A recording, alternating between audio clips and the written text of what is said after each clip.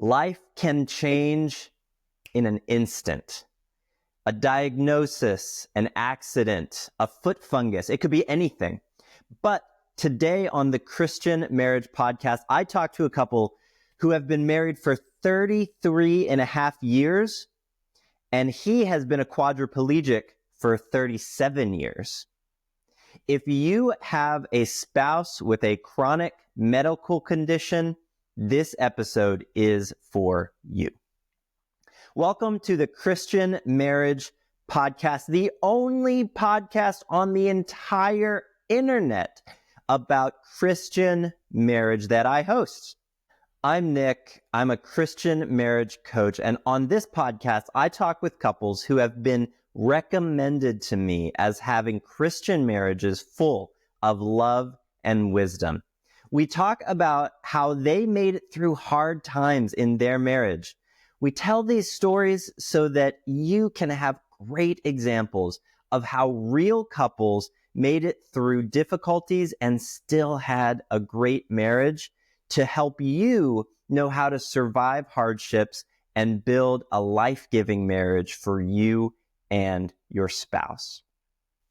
So let me introduce you to Daryl and Aileen. They are from Bakersfield, California. They have been married for 33 and a half years. Something interesting about them individually is that Daryl wants you to know that he is a quadriplegic who broke his neck playing football, who now coaches football. Aileen wants you to know that she is an only child and also the middle child of 7 siblings. She has 4 step siblings and 2 half siblings, and she is right in the middle. So she is the only middle child of 7 siblings. For you Trek fans out there, Aileen was also baptized on the USS Enterprise. That's not a joke. That actually happened. The USS Enterprise. Their favorite thing about each other, Daryl's favorite thing about Aileen, is that she is stubbornly determined to get things right. And Aileen's favorite thing about Daryl is how easily he makes friends and how easily he loves people. I loved talking with Daryl and Aileen. I think they have a great story and a lot of wisdom for people trying to be married through some chronic medical conditions and a life just full of ups and downs and difficulties. Some things that stuck out to me about our conversation, though, was first communication. They said that, specifically Aileen mentioned that they had to learn that you mean what you say and you say what you mean, and the other person can't read your mind. Look, why do we assume that we want our spouse to be able to read our minds? Yes, if your spouse could read your mind, they would know all the things that you want and the ways that you would want to be helped, but they would also know all of the things that you think about them. Man, he's really putting on some weight. Is she honestly too stupid to shut the door when the air conditioning is on? I really should have married that Brazilian helicopter pilot. Trust me, it is way better to rely on good communication than on telepathy.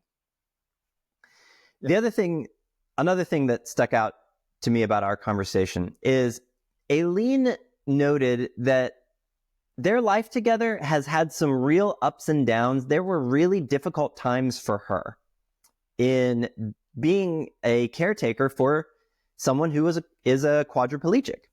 And she noted that she would often go through this process, the following process, to help her when the realities of being married to a quadriplegic kind of just weighed on her. She said that she would talk to her close and trusted friend.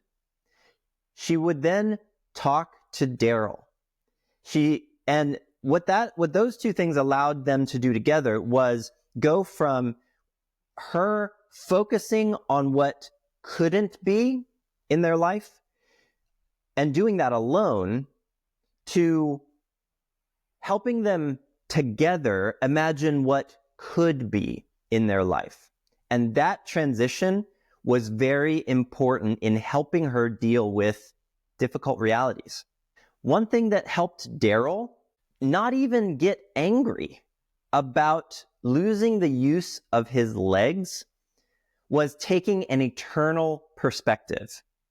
He has this story about being on a beach and taking up a handful of sand and pouring it out and thinking about his life as this handful of sand dripping out of his hand. But thinking about his eternal life as consisting of all of the sand on the entire beach. His eternal life is so much more than that handful of sand. It is the beach. And maybe even better than that, because in eternal life, he won't even have to worry about sunburn or seagulls eating his lunch. At the end of our conversation, they came up with 4 pieces of advice for people who were married and a chronic medical condition was a part of their life. And you should definitely listen to those 4 pieces of advice that they had. But one that really stuck out to me was Aileen said that God gives enough strength for each day. And some days that's all that she could imagine, but all she had to do was make it to the end of that day, and she knew that tomorrow she would get more strength. I thought that was really encouraging for those times when you just can't imagine what the future is going to look like. I thought that was so helpful. So I loved talking with Daryl and Aileen. I think you are really going to enjoy them. And I think they are really going to help you with their wisdom and their love be able to build a life-giving marriage for yourself. So here is Daryl and Aileen. Daryl and Aileen, I am so thankful that you are able to join me on the Christian Marriage Podcast. And I'm really excited to dive into your guys' story. I think it's a unique, as anyone listening, watching this video can see. Daryl, you are a quadriplegic. You haven't had the use of your legs for how long? September 88 would be 36 years, 37 in September. Yeah. So and that's what you guys wanted to talk about.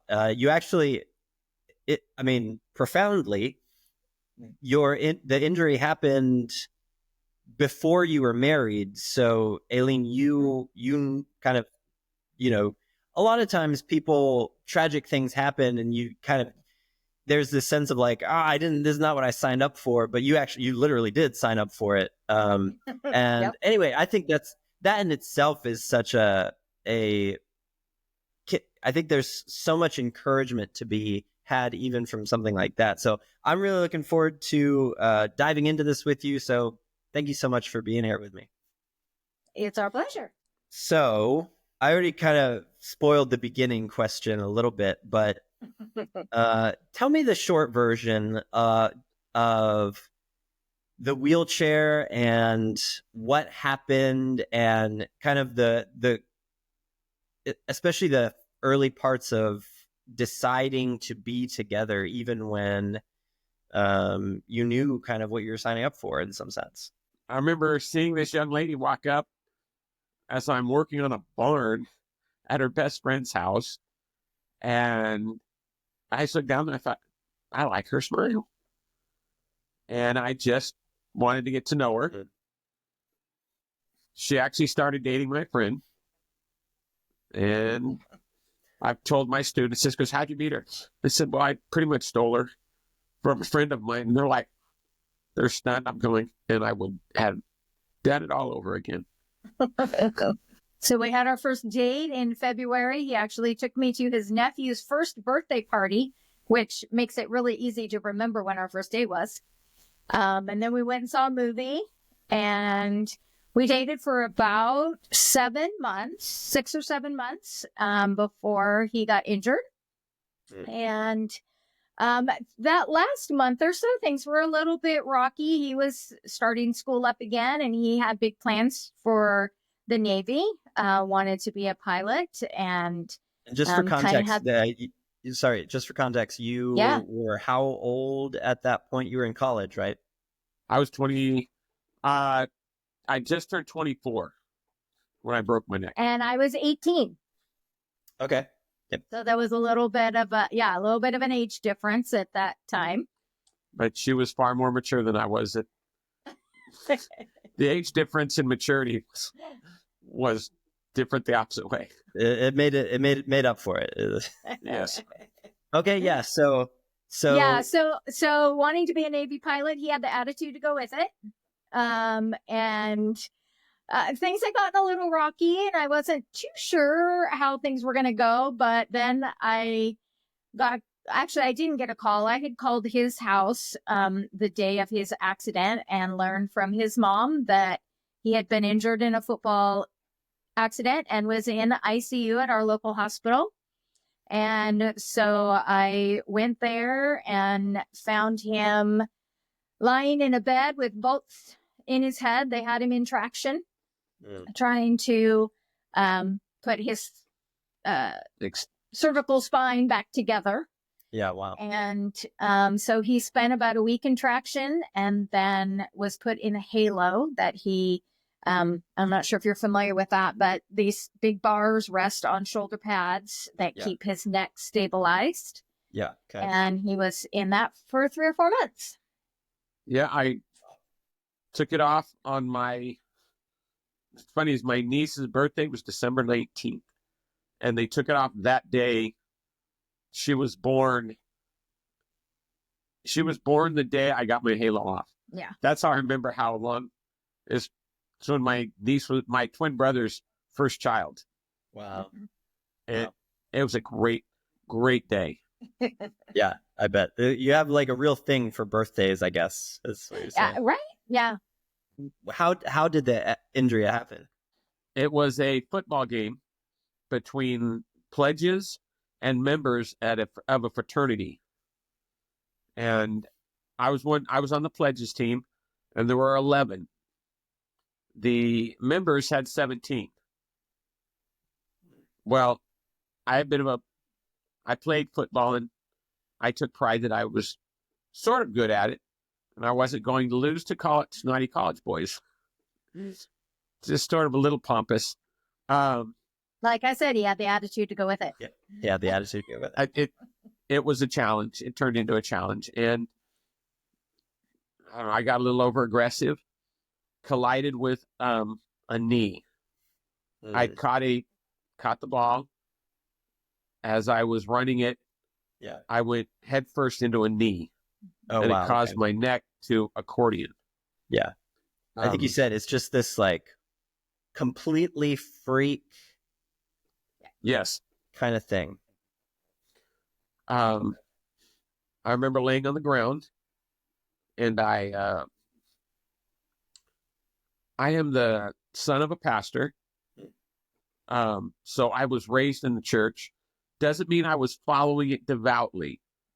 It means I was a Christian by name and on Sundays. So as I'm laying there, I cannot move. I start praying, and I ask the people around me to pray. And they all stood back, looked at me as like I'd asked them to. Every one of them took a step backwards. And just stared at me. I looked like that, asked them to drink acid. And so I prayed alone. And that pretty much set the tone of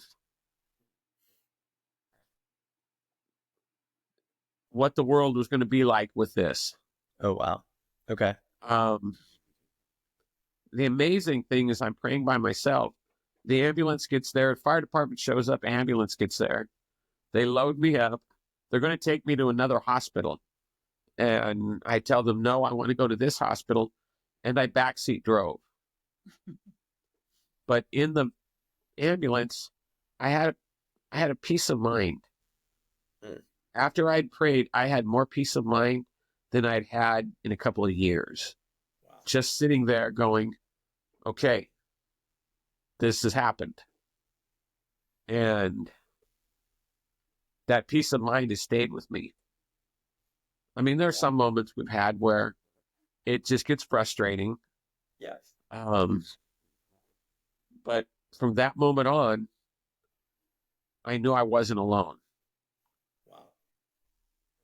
Wow, that in itself is striking, that you kind of, something about that moment, you know, in this moment of real need, you reached out to God, and really from then on you've had this peace that kind of wasn't there even before that. Wow. Yes. It was a return to my childhood faith. But that was home base. Home base was, God was always home base. Yeah. That's amazing. When the Bible says to train up a child and he will not depart from it, I mean, in my mind, that's where that goes when we're tested, or, you know, he had somewhere to go back to, and he had that foundation, and God met him in that moment. No, that's amazing. So then back in the hospital, Aileen, you get there, you see the situation, and okay, take us from there to eventually you get, you know, things were like a little bit uncertain. Eventually you get married. So how do we get there?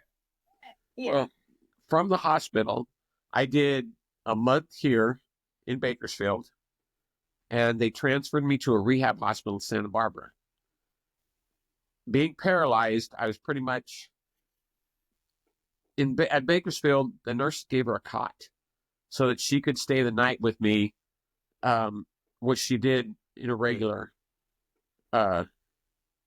occurrence, was her staying on the cot. And if I had a tough night, she was there.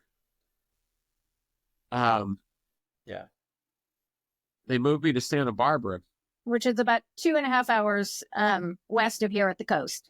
That's the really nice part of California. The first morning, I wake up and I'm thinking, I'm alone. I'm in a room full of older men that are stroke victims. And I'm just looking around, and the first friendly face I see is Aileen's. She drove over that morning to make sure she was there when I woke up. Wow. And it's like, okay, I'm not alone. I'm not that far from home. And I've described this. Sometimes it makes me cry. I'm trying not to cry, so I won't. But I knew right then that she was going to fight with me. Yeah. I wasn't alone. And even now, thinking about it all those years later, it still means a lot. Oh, it does. Yeah, so that was a long 3 or 4 months, and I went over there almost every weekend that I could. It was the first Christmas I ever spent away from my family. I couldn't let him spend Christmas alone, so went there and spent Christmas. And we had several conversations, and he would try to give me an out, knowing, because in the early stages, we didn't really know what either of us were getting into. We had no idea what this life was going to look like when he got home from the hospital. And I would tell him I didn't fall in love with his legs only. So the fact that he couldn't walk, that's going to create some challenges, but I'm always up for a challenge. So, as was he. And so we just honestly took it one step at a time. And we've done that continually for 35 years. Yeah. Just one step at a time. I am blessed, or we are blessed. My dad is a pastor. That strengthened my faith. Yeah. My mom is an occupational therapist. Mm-hmm. Oh, wow. Yeah. She specializes in disabilities and handicapped children. Yes. My mom also worked for the health department, which means she orders all kinds of equipment from all these companies. Well, to get my mom's favor, we would get equipment donated to us, given to us. One of my wheelchairs got a flat. Oh, wow. And they dropped off a brand new one. Said, "Oh, don't worry about it." It's like, really? My mom That's amazing. knew every piece of equipment I needed. She knew the therapy. I mean, I got back to Bakersfield and already knew all my doctors, and she knew all my therapists before we even got rolling. Wow. So this wasn't new to her. This was right in her wheelhouse. So it couldn't have happened to a better person. Kind of it's another one of those, okay, I'm not alone type of feelings that you were describing, I think is what you're saying. And it's also the fact that, the entire trajectory of his life has now changed. He wanted to be a Navy pilot. Absolutely no way that can happen. What does life look like now? And God obviously had a plan, but he also provided things that he needed to get to that point. God changed the trajectory of his life, but again, was with him every step of the way and made it easier than it could have been. My path was prepared for me. Yeah. Before I ever landed on it. Yeah. And of course we see that now after the fact, but yeah. You wouldn't even have known. Your mom was a physical therapist, so or occupational. Okay, so now you're married. Mm-hmm. So you're trying to figure this out together in a situation that almost nobody signs up for, much less, you probably didn't even know anybody in this kind of situation. So what were the hard parts of trying to form a marriage with someone that couldn't use their legs, or, maybe more broadly, just has this chronic medical condition? What were the hardest parts? Well, it was 3 years between my injury and being married. Mm-hmm. So she got to see a lot of what was coming. Home health aides that would show up and then disappear. We learned a lot about the process of care for him and what that looks like. Him needing someone to be in the home full time. So I was working and supporting us at the time. And then we got married and we bought our house. There was a small amount of money that came out of his accident put into a trust. We were able to buy a home and his first vehicle with that. Mm-hmm. Again, God's provision. But when we moved, I was at home, I was working. He was at home. And then it got to be like, okay, so we've done this for a little bit of time. Is this all there's going to be? And so we mentioned to you before, there was the one big fight that we had. Probably the only, we've had arguments, but really the only kind of knockdown, drag out, screaming, this is going to change something type fight, was about what he was going to do with his life. Because he could not just stay home and be cared for in his wheelchair. Yeah. Yeah. And he agreed with me. And so we took it step by step. Again, I loaded him into the vehicle that we had at the time, and we drove through the campus where his accident had happened. He had not been on the campus since then. So just seeing that, stop or helped with his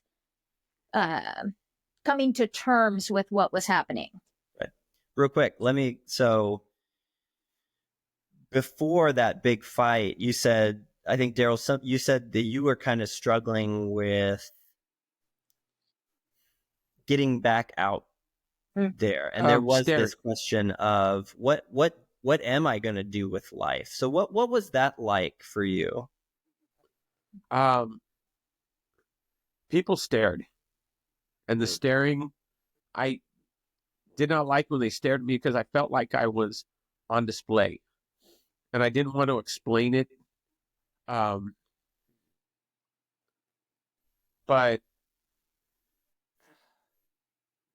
it was easier to stay at home than to talk to people. Yeah. And friends we had before the accident somewhat just disappeared. They didn't know how to deal with it well.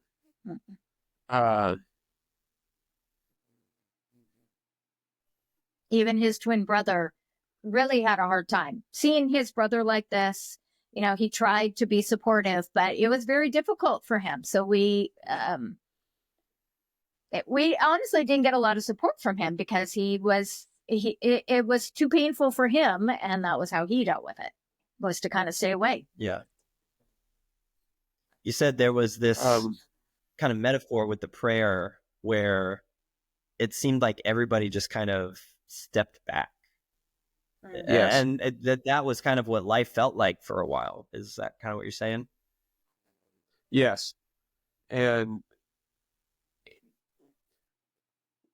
part of the reason I agreed with going back to school is I've always trusted my wife's faith. And arguing with a godly woman, she can combine more things into her prayer than I can think at a time. And she encouraged me to be a better man. I'm a better man than I think I am. Yeah, I encouraged you to be the man you were, but we're having a hard time finding. And she helped me find it. And we were blessed finding a good home health aide. One of Aileen's brother's wife had just had a baby, really could not go out of the house. And we hired her to bring her child and our niece. And then she had another niece. And we love Kylie and Katie. We got to watch them grow up because Melanie was there for us for 3 years. And she's family. And this day she'll always be family. Yeah. That's God awesome. put her in our lives for just a time as this. For sure. It is kind of an interesting little side note is that first niece, our oldest niece there, Kylie, has, interestingly enough, married a gentleman in a wheelchair who was injured in Iraq. But she now, having grown up with Uncle Daryl being the way he is and being so intimately involved those first few years, I just think it's really interesting that she married somebody like that. Anyway. Wow, yeah. Set her up for a trajectory, for a certain trajectory, to be able to walk her own path that she needed to be able to walk, right? Yeah. Wow. Yeah, it's interesting. So what was it like, kind of this, there was this tension of we can't just huddle. Why did you said you didn't like to be on display. What else was kind of, I mean, relationally between the two of you, like, what were the tensions trying to get this thing figured out? What did you need to get figured out? We needed more support in our lives in terms of friendship. Yeah. And we just started, she went to one church, I went to another. So we started attending my church where we're still at, and she works. We prayed that we would meet people. And we got put into a small group with the recommendation with Joseph we told you about, and he started it. And there were other families that joined in, and some have come and gone, but that became the basis of our social life, were those people in our small group. And we still have that small group today. Yeah. But two of the families, our children are in our three of the children are within a couple of months of being born together. So they don't know life without each other. Yeah, that's great. And they're all 23 and still great friends. So they've grown up together as well. That's amazing. And we've done vacations. When Aileen was pregnant, Joseph and Danny, another friend of ours, would come over and get me up in the morning to make sure I could get to work. Yeah. So back to your original question, it was really easy for us. It was comfortable at home. He was comfortable as long as we could go places together. Gotcha. But that became not quite enough for me. Like, I needed to have the freedom to go do some things for myself. I needed him to have a full life as well. And so, so that was, I forget even exactly what started the argument, but it kind of escalated. And she asked me, when are you going to finish school? And I said, I don't know. Wrong answer. Because she had an answer. She goes, you need to go back. Yeah. And I didn't want to. I was 5 years old, and it wasn't what I wanted to do. And I'm in a wheelchair now, and you should feel sorry for me and let me do what I want. And that was okay for a while. Okay. Then it wasn't so much okay. Yeah, Aileen, you said I needed him to have a fuller life, I think you said. Yeah. Tell me a little bit more about that. What were you feeling there?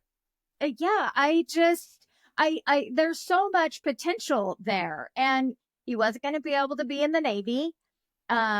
So what are you going to be able to do? You can't just stay here. He had worked construction before.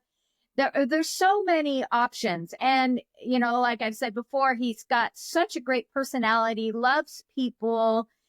And if you're going to be in this chair, you got to use it for something. Obviously, God's given you something. And at that point, we had no idea what it could be. But we prayed about it. He thought about it and decided, okay, I love history. Let's go that direction. And he ended up getting his degree in history and a teaching credential and has taught high school history for 25 years now. And that became his ministry with those kids. Wow. That's amazing. Even one thing that stuck out to me there was this belief that, look, God has a plan.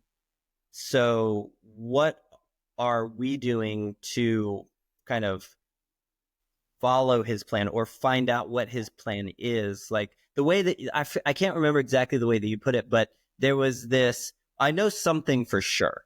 I know that God has a plan. So here we go. And there was this, like, we can't not do stuff because I know that God has a plan. The way that the belief led to motivation, action, even enough to give tough love kind of thing, right? Yeah. Yeah. My mom, as a occupational therapist, she understood telling a kid, suck it up, get up, let's go. And my football coach in high school was a former World War II veteran in the Navy. He was just a yeller, grouchy old man. But one of the things he always pushed was you can always work harder and don't blame anybody else. My mom would push to work harder. And first couple of months, Aileen was sort of passive. But she learned from my mom, no, he can do it. I did. She's a good teacher. And she pushed, you can do it on your own. Yeah. So you got to try. And yeah, that's really interesting. So, okay. So there was this tension with, look, what are we going to do with life? We're in this situation, and we don't want to do, we know that we don't want to do nothing, or at least at a certain point, you both knew that you didn't want to do it. yes. Bigger than that, relationally, what has this meant for the two of you? What has Daryl's condition meant for the two of you that maybe even surprising? Well, I feel like for me, one thing that we had to decide early on was, and really this is for any couple, but you say what you mean what you say, and he can't read my mind. So it would not be fair for me to expect him to know my needs and wants and desires if I'm not willing to verbalize them, and vice versa. Mm-hmm. So communication has been just huge, and especially in his condition, because, you know, I had a couple of dating relationships before, nothing nearly as serious, but still you kind of know the basics of men and women and how they want things and deal with things. But this is a whole new situation. And so there had to be a lot of open communication. And there was also a lot of humor. Early on, when we were still dating, before we were even married, one of our first outings, I had a little 2-door hatchback car, and I lifted him into the passenger seat.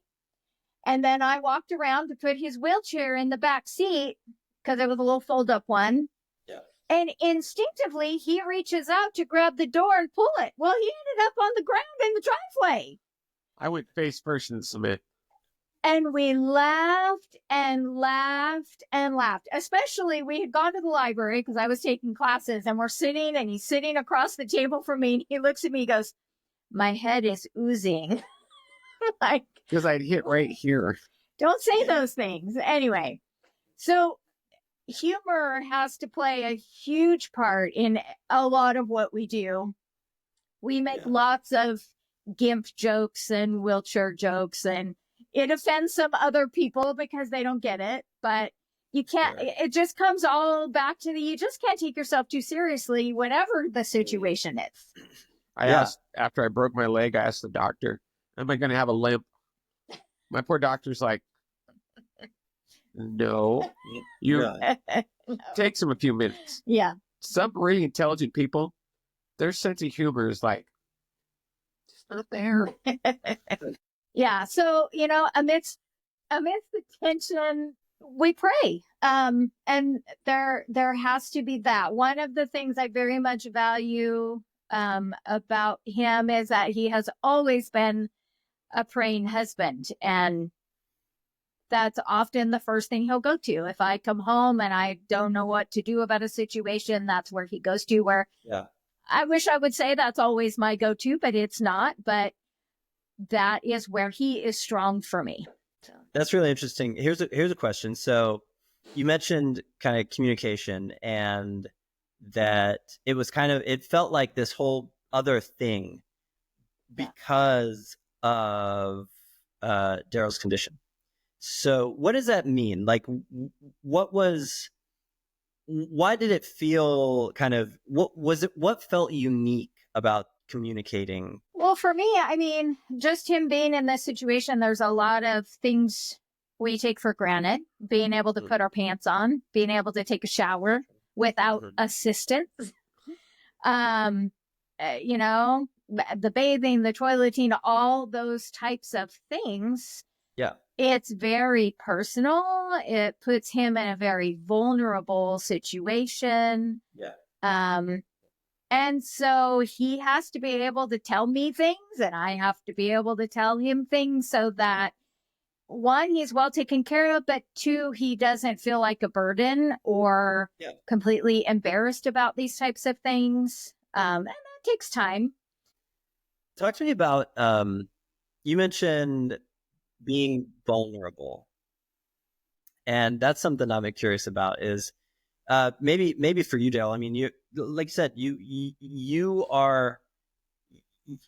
have to make yourself vulnerable. I mean, and you need a lot of help.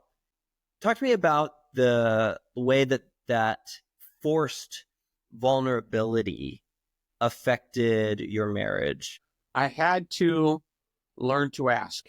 Sometimes I can be independent, stubbornly independent. And then there's sometimes I just have to accept the fact I need help.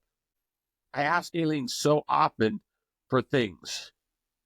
And sometimes I do feel like a burden to her.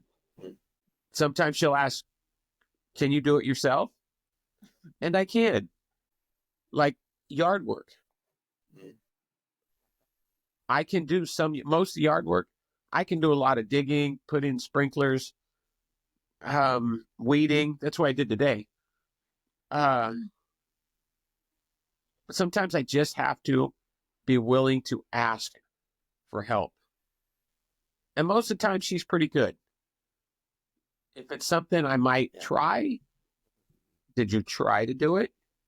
And both Claire and her have done their best to help me.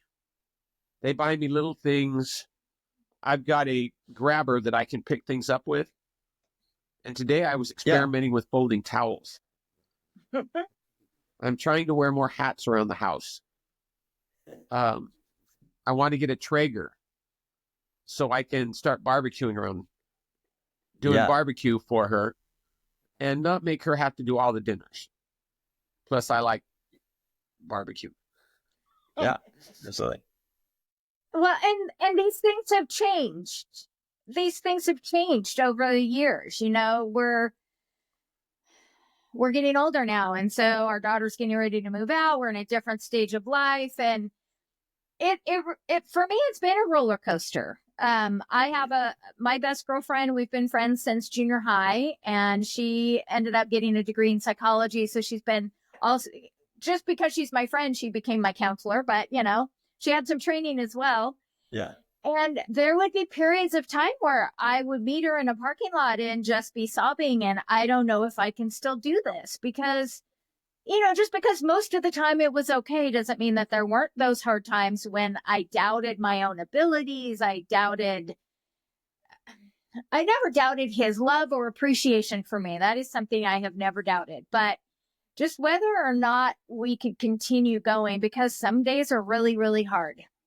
I mean, I can't say we haven't we went to counselor for several weeks just to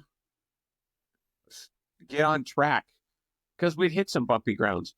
We've been to marriage conferences. That's where I learned that women are spaghetti and men are waffles. Mm-hmm. Women, everything in their life is tied together and it's confusing. So trying to understand it won't work. But men are waffles. We live in boxes. And when she understood that, if I'm watching football, she knows, don't just jump in the box and yank. Let me move the box. And I know that she has more things stirring in that head than I could even try.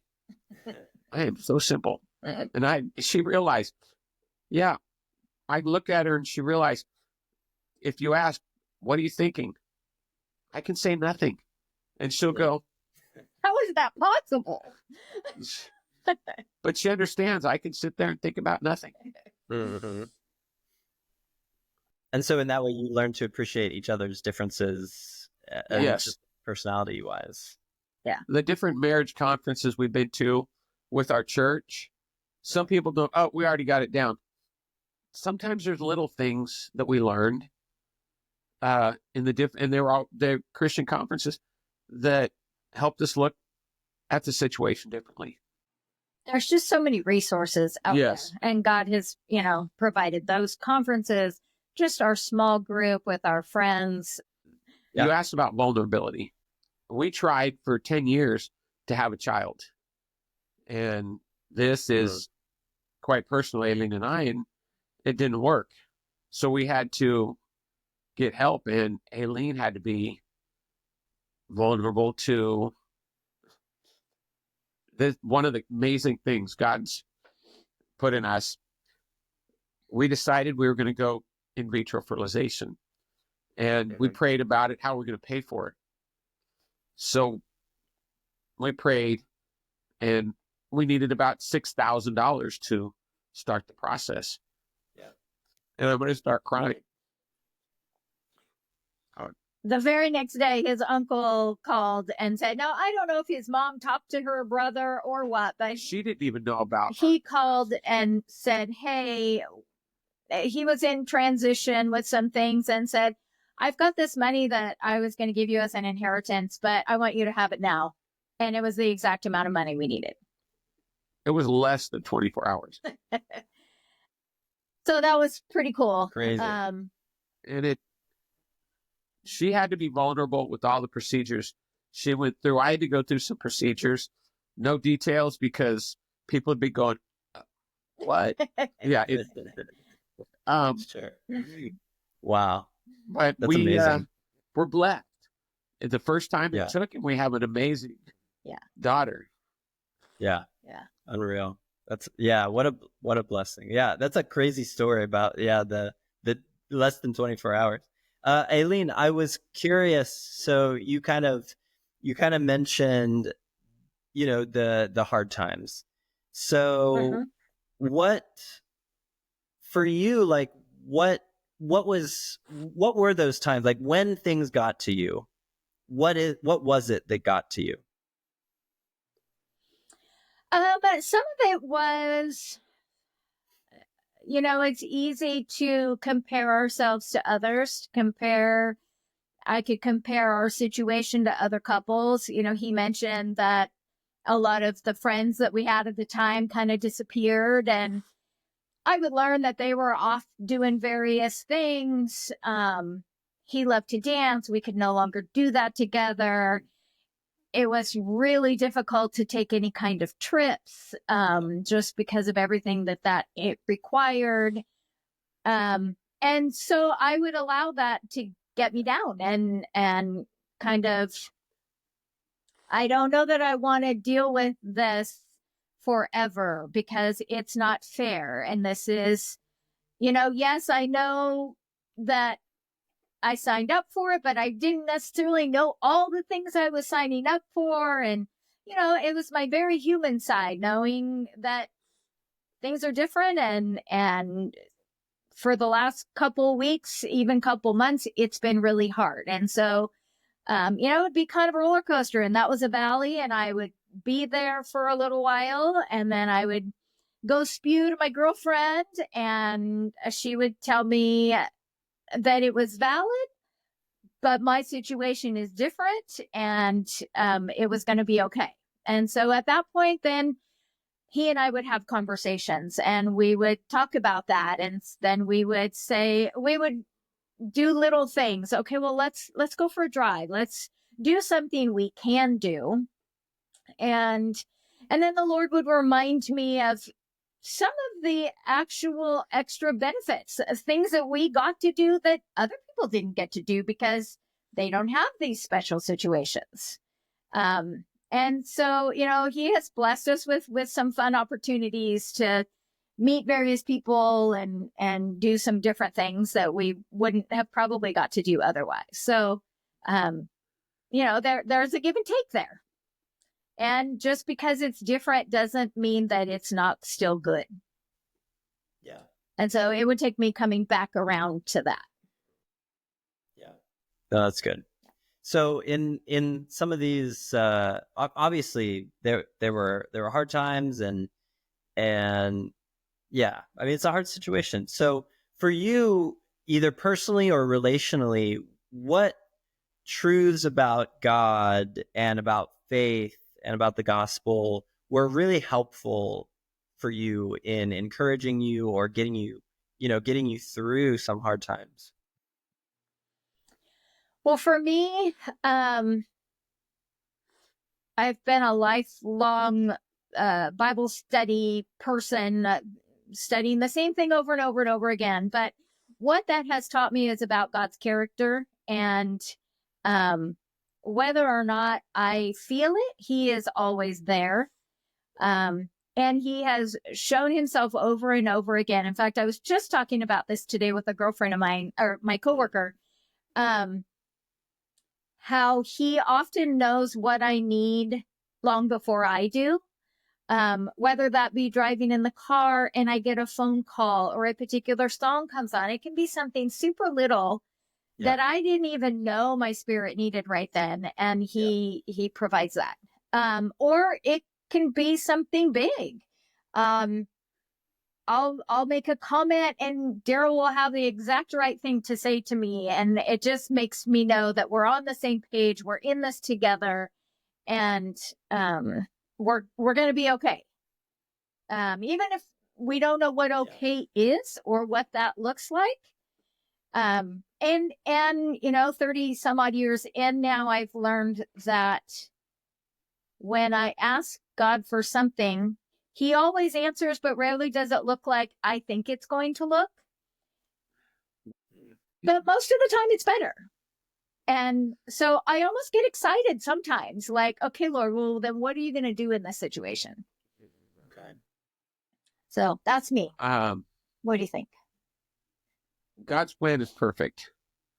And I try to help him make my plan. And he laughs at me. And sometimes when the plan changes from my version, it's funny. I've had multiple interviews to go to different schools. And my first interview, I could not speak Spanish. So I didn't get the job. But then near the end of my career, I taught to people who speak Spanish, English. It's like it came back all around. My first interview, I came out of the office with the principal, and the head football coach walked in the door, who was a therapist with my mom. He asked me if I could coach football. Had I not had that relationship first, I wouldn't have been able to, he wouldn't have asked. And the principal turned, he goes, "You can coach football." I said, "Yes, I can." And that's kind of what got him that job. And I got that job, and it's led to 28 years of teaching. Mm-hmm. Throughout my career, I'm sitting in my classroom feeling bad, and a student walks in, and they might be on the verge of, quite often it'd be a pregnant student, or on the verge of possible suicide. And I realized I'm here for a reason. Wow. And I've talked to kids. I've talked them off ledges. And I have loved my job. God gave me a job that being a Navy pilot would have never fulfilled. I have so many kids that I still talk to today after I had them 25 years ago. Aileen went to a pizza place, and the kid on the other side of the counter goes, "You're Mrs. Miller, huh?" She goes, "Yeah." And $25 a pizza was handed to her for free. We were sitting in a Mexican restaurant one day having lunch, and we go to pay, and the waitress says, "Oh, it's already taken care of." Because one of his students was walking by, saw us in the window, came back, paid for our lunch, and left. We never even knew it had happened. Another one of my students. Wow. But he's made impact on so many kids. And I found out later about my students on Facebook, and they still contact me, and I changed their lives. And I know that his plan is perfect, because I would have never chosen to be a history teacher. I was blessed. I got to teach in an inner city school. I talked kids out of abortion. And today, a couple of months ago, one of the young lady's sons just graduated from Northridge. And I look back and think, Had I not been in my classroom that day, he might not have graduated. And I think God, you've given me so much that when I retire, I can look back and think I was where he wanted me. Yeah. Wow. Wow. I'm a sissy about it. He That's has often said over the years that at this point, yes, he would love to walk again, but not if it meant giving up his witness. Yes. So at this point, yeah, walking would be great, but not at the expense of not being able to talk to these kids and work, what he has been able to do. What you're saying that your impact has been so great and fulfilling exactly because this accident happened to you. You wouldn't trade the impact for No. Right. Wow. We wouldn't have picked it, No. Right. but yeah. If people have asked if you could go back, I said no. Yeah. Because Wow. Unbelievable. they sent a psychologist into my hospital room. And because I did not become angry, and she was supposed to convince me to be angry, and she goes, "Why aren't you angry?" And I go, "I'm just not angry." She goes, "You have to go through these steps." She goes, "I don't understand you." And I said, "Okay." And the psychologist standing there, well-educated, doctorate. I asked her to close her eyes, and we were in Santa Barbara, and I said, "You're on the beach. Reach down and grab a handful of sand." And the psychologist goes, "Okay." And I said, "Now pour it out slowly." She's pouring the sand out, and I'm going, she goes, "Ask me what this is." And I said, "Those are the days of your life. What have you got when all the sand's gone?" She goes, "I guess you're dead. You're gone." And I'm going, "No, my faith tells me I have the rest of the beach. It's only a handful of sand. My life is a handful of sand, and eternity's the beach." And she just could not. She goes, "How do you believe that?" And I'm going, "Everything I've seen since childhood." And students ask me about my faith. "How do you defend it?" And I'm going, "I don't defend it. I witness it. I tell you what I've seen."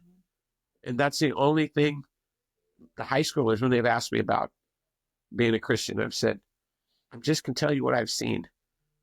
And it can't get any easier than that." Yeah. Wow.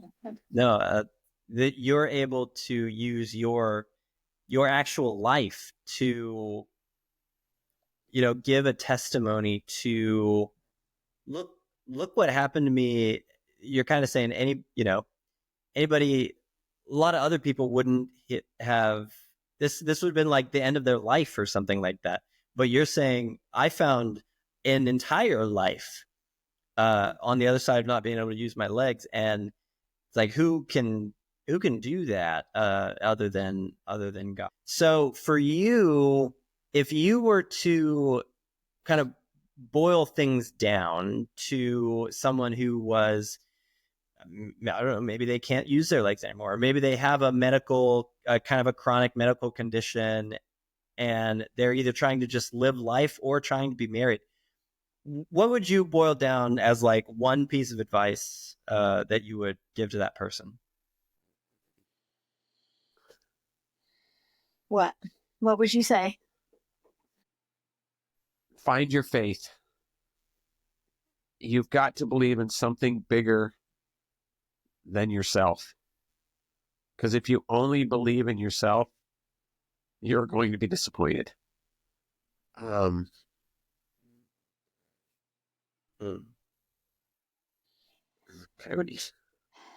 think for me, it would be,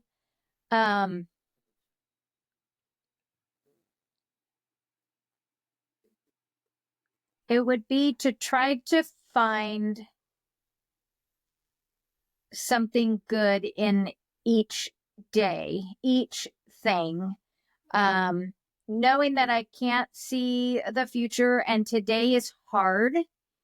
I do constantly have to remind myself that God says he gives us exactly what we need for the day, because tomorrow has enough worries of its own. And I tell myself that often. And there are some days that I just pray, Lord, please help me get through today, whether it be something happening at home or with my daughter or at work, whatever that is. Sometimes I get almost migraine headaches, just those days. Help me make it through today. And then at the end of that day, being like, thank you, Lord, I made it through today. Yeah. Instead of allowing all of those days to pile up and cause me to go into a depression or something, which has happened. And I'm at this point on the other side of that. And so these are some of the things that I attempt to tell myself and remind myself of God's promises. His ways are greater than ours. I've become a big proponent recently of, it's so easy to try to encourage people with scripture or a cliche or something. And even with scripture, what does that mean when you tell someone, oh, you've got to take those thoughts captive? Okay, so what does that look like practically? So I'm constantly doing that for myself. Yeah. And then even when I'm trying to talk to other people to encourage them, because if I can't figure out what that looks like practically and what God's asking me to do, I'm no help to anybody else either. So learn who God is and his character. Yes. That's so important. So foundational to just life and making it through hard things, knowing if you can know that God is good and to be looking for that good, or what you said earlier, God has a plan. I need to be seeking out that plan. Like, right. You're saying there are things that I knew, and because I know them to be true, I then start looking for how they might be true. And that was you're saying that was a helpful practice yes. for you throughout the years, really. Right. Right. Yeah. Because then I could That's look great. for things in our everyday life where that applies. And and so how are we going to take the next step? And that would help us take the next step through the years as we were moving along. For sure. I mean, over the last several years, we wanted to travel. We just really were uncomfortable with traveling by ourselves very far. But our Bible study group, which has been one of these greatest things in our life, is the support and the strength they bring us. Emergencies, they're there. We were in Florida this last summer. We got off a cruise and we needed to get to Orlando. Well, the van showed up and it didn't have a lift. And if it didn't have a lift, we're going to be stuck there for hours, maybe a couple of days on the dock waiting to leave. Well, the two families with have two sons, and Andrew and Mason. And then there's Joseph and Aaron, our friends. The four men were able to get me up into the van, chair in the back, in 30 seconds. Then they got it out. We now travel. We've traveled from Hawaii to Florida to Mexico with them. And the peace of mind that Aileen has somebody there, God put them in our life for a reason. And we will never forget the blessing that he gave us with the right people. And as you asked about what we would say to people, find your strength in somebody. Find help in somebody who has a Christian voice. Find those friends that are a phone call away. And the amazing thing about them is the blessing and peace they brought us. Yeah. I mean, we really prayed for, we had friends, but they weren't attending church. We were still young in our marriage, and we literally prayed that God would provide us with some friends that had the same core values we did. And we attended that one small group that same year. And that is where these friendships have come from. And they have become our lifelong friends and support. And they don't see the wheelchair. And yet they're willing to help us with any part of it we need. So, but God has provided that because we reached out to him and told him our need, and he is so faithful. What I'm thinking of is what a transformation from those first few years, Daryl, where you didn't even want to go out or, be like kind of be around people. I think you were saying to one of the biggest blessings that you've had was the people that you've been able to, put around you and that God has been able to put around you. That's just a huge transition that didn't come without its overcoming those like mental obstacles that you had about it, right? So no, that's amazing. Yeah. Well, guys, this has been a lot of fun. I think this is really encouraging. I think the thing that really sticks out to me about this whole thing is that what you said, Daryl, about the plan that God had to give me this full life that you never would have signed up for, but looking back on it is this priceless jewel of a life that is just so meaningful. So I think that's really powerful, really beautiful. So thank you for sharing part of your story, and this has been a lot of fun. So thank you for joining me today. Yeah. Sure. It's been great. Thanks for the interest and letting us tell our story a little bit. We hope to be encouraging to someone else. And if you come across people that have questions, we've answered more questions about it.